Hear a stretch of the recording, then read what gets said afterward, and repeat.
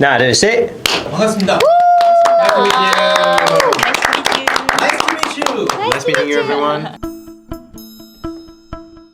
안녕하세요. 저는 엠마랑 데니스 부인 역할을 맡고 있는 강은나입니다. 안녕하세요. 저는 엠마 그리고 데니스 부인 역할을 맡은 송나영입니다. 톰 역을 맡고 있는 배우 김지철입니다. 안녕하세요.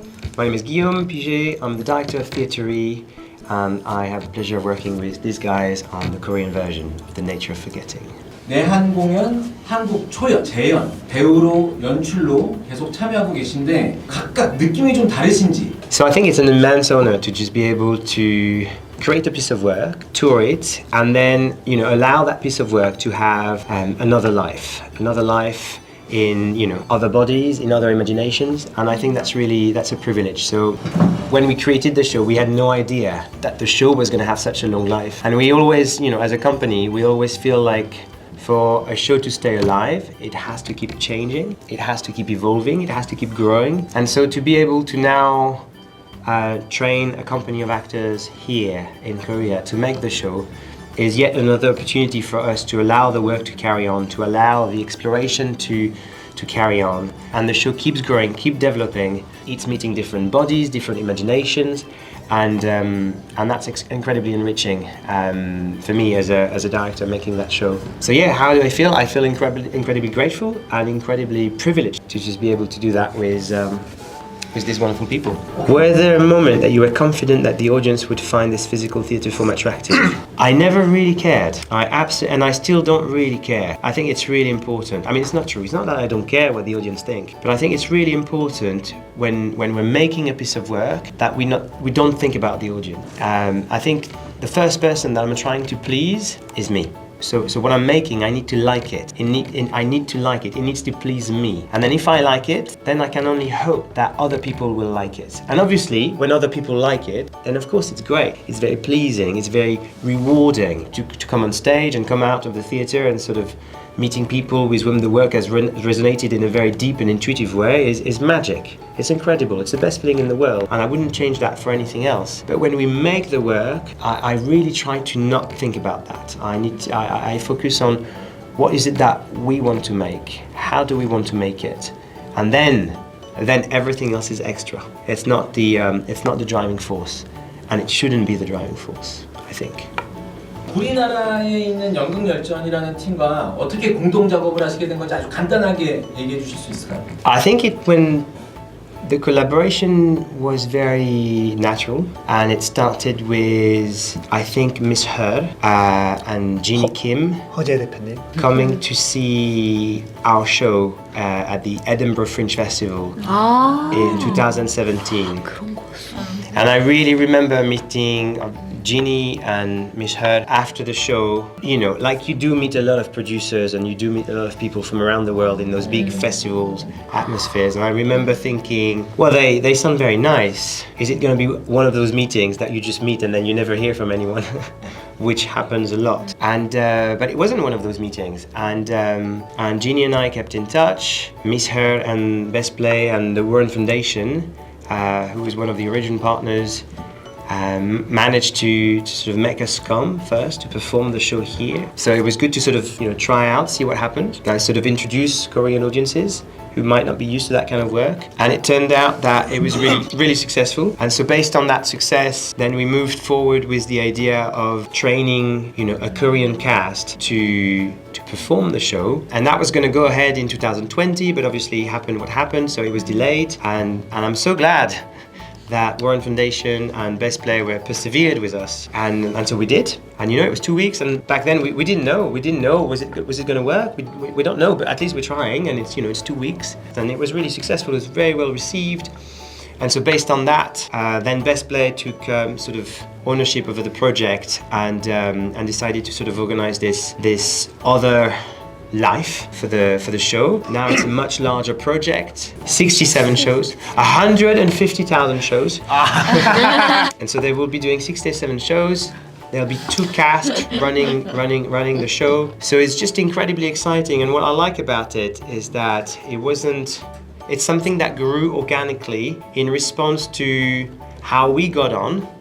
We became friends. We started being able to trust each other artistically, but also in terms of the organization, in terms of the producing. You know, I have full faith and full trust in Best Play. I think they're doing a fantastic job, and so I feel very safe doing it. I think they understand the work. I think they care for the work.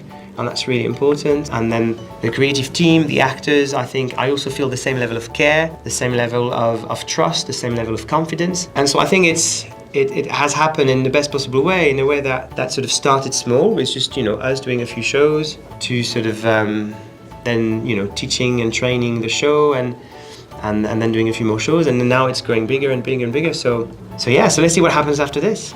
톰의 기억 속에 있는 장면들은 사실적인 장면일까요? 아니면 톰의 기억으로 만들어진 장면일까요? That's a very good question. Are memories a true representation of what happened? When we've made the show, we collaborated with a professor from University College London. Her name was Professor Kate Jeffrey. She's a neuroscientist, and she specializes in the role of the hippocampus, that little part at the center of your brain, in the role of the hippocampus for the formation of new memory. And what we've learned is that when you remember something, you don't pull out a book out of the library, open the book, and then read the memory. You construct a memory. So every time you remember, you reconstruct a memory. So every time you remember, you move further and further and further away from the truth. So I think that's quite exciting as a concept, for us at least, because it means that suddenly it gives us a way of portraying remembering. And then if to remember is to construct, then to forget is to misconstruct or deconstruct or mix things up in the process of constructing. And so suddenly what's really exciting as a visual theatre maker is that we have a tool to show what can be seen. Because the idea is that forgetting is something that is not there. But actually now that we know that remembering is constructing, forgetting is deconstructing, and we can actually show something that is not visible. We can make visible something which apparently is invisible, and that's our greatest pleasure. So to come back to your question, are the scenes inside Tom's memories true? No, they're not. They're true to him now, but they might not be a true representation of what happened. And actually, if you come and see the show, you'll see that the same scenes come back more than once. You know, the construction of the classroom, the kiss with Isabella, I mean, all these things, they happen more than once. And every time they change ever so slightly, because he's reconstructing, but obviously he's living with dementia, so the reconstruction, the remembering process is more difficult. So it's even more distorted than what us here, not living with dementia, would do. So yeah, sorry, I rumbled a bit, but that's it.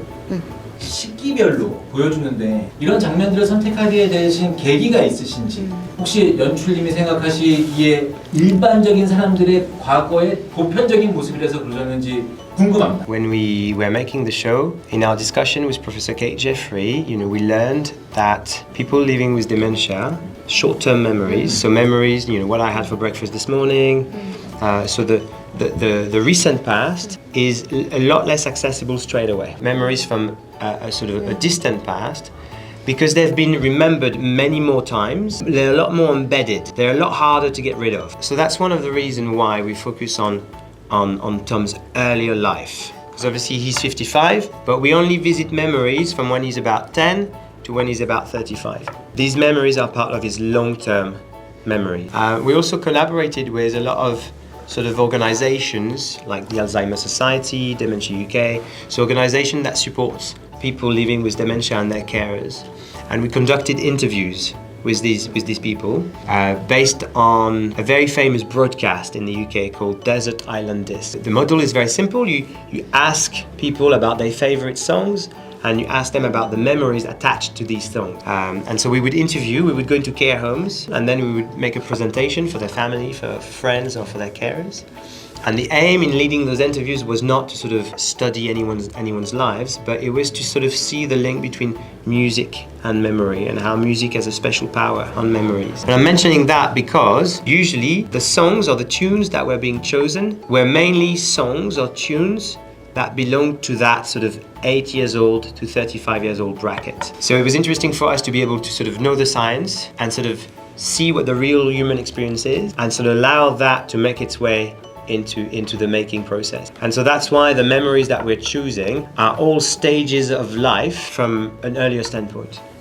그래서 맨날 나도 90년대 노래가 그렇게 좋나 봐. 제가 어쩔 수 없어요. Yeah. So that's also a choice of music. So obviously we have a timeline, and so Alex Judd, the composer, we were in a very clear timeline. We were trying to match that musically. So the love duet, the wedding scene is all happening in a sort of a much more 80s kind of vibe. 톰의 기억을 표현할 때 행복했었던 기억을 표현하다가 갑자기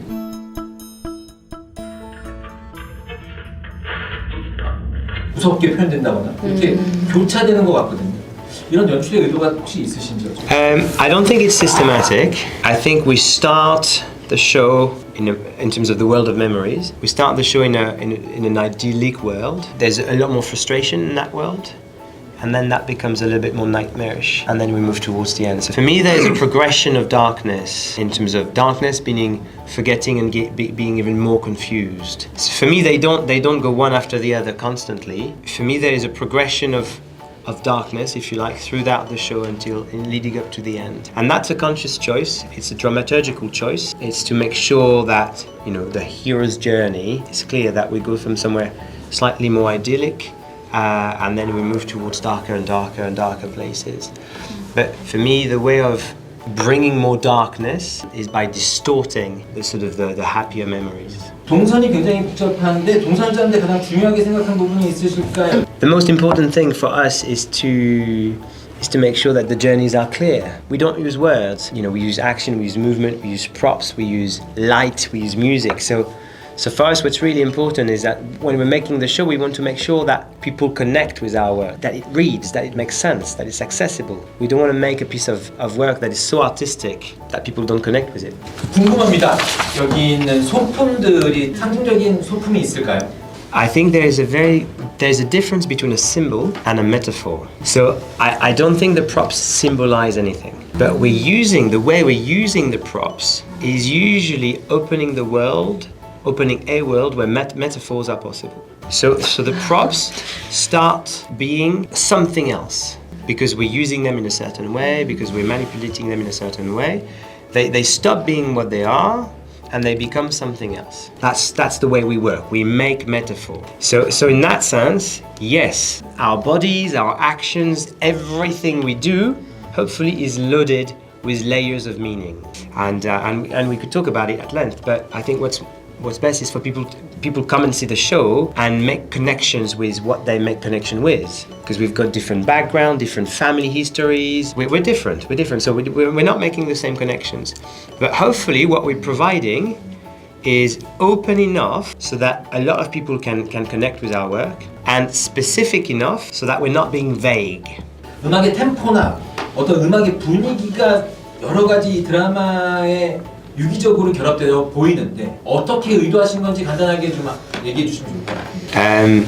So obviously I can't speak for Alex, but I don't think the musical instruments have hidden meanings. But the music, however, is really important. It's really important, first of all, within the context of our work. Music is like the text in other kinds of theatre. Music is driving the show forward. It's allowing the audience to know what to feel and when. In terms of, you know, the links that I talked about earlier in terms of music and memory, obviously music is extremely powerful. You sometimes just need to hear something which you thought you had forgotten, and then as soon as you hear this one piece of music, all these memories come flooding back. So music holds a very special place in its connection to memory.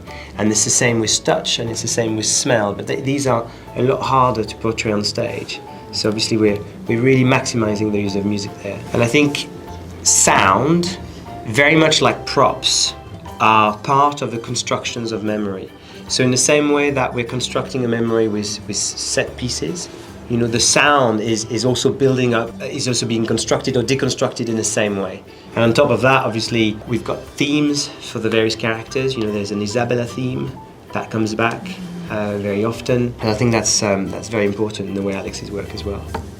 관객들이 놓치지 않고 봐줬으면 하는 장면 또는 디테일. I think it's interesting, the question, which are the scenes or details that you don't want the audience to miss? I think it's interesting because I think for me it's the other way around. I think the show is an accumulation of details after detail after detail after detail after detail. So it's detail.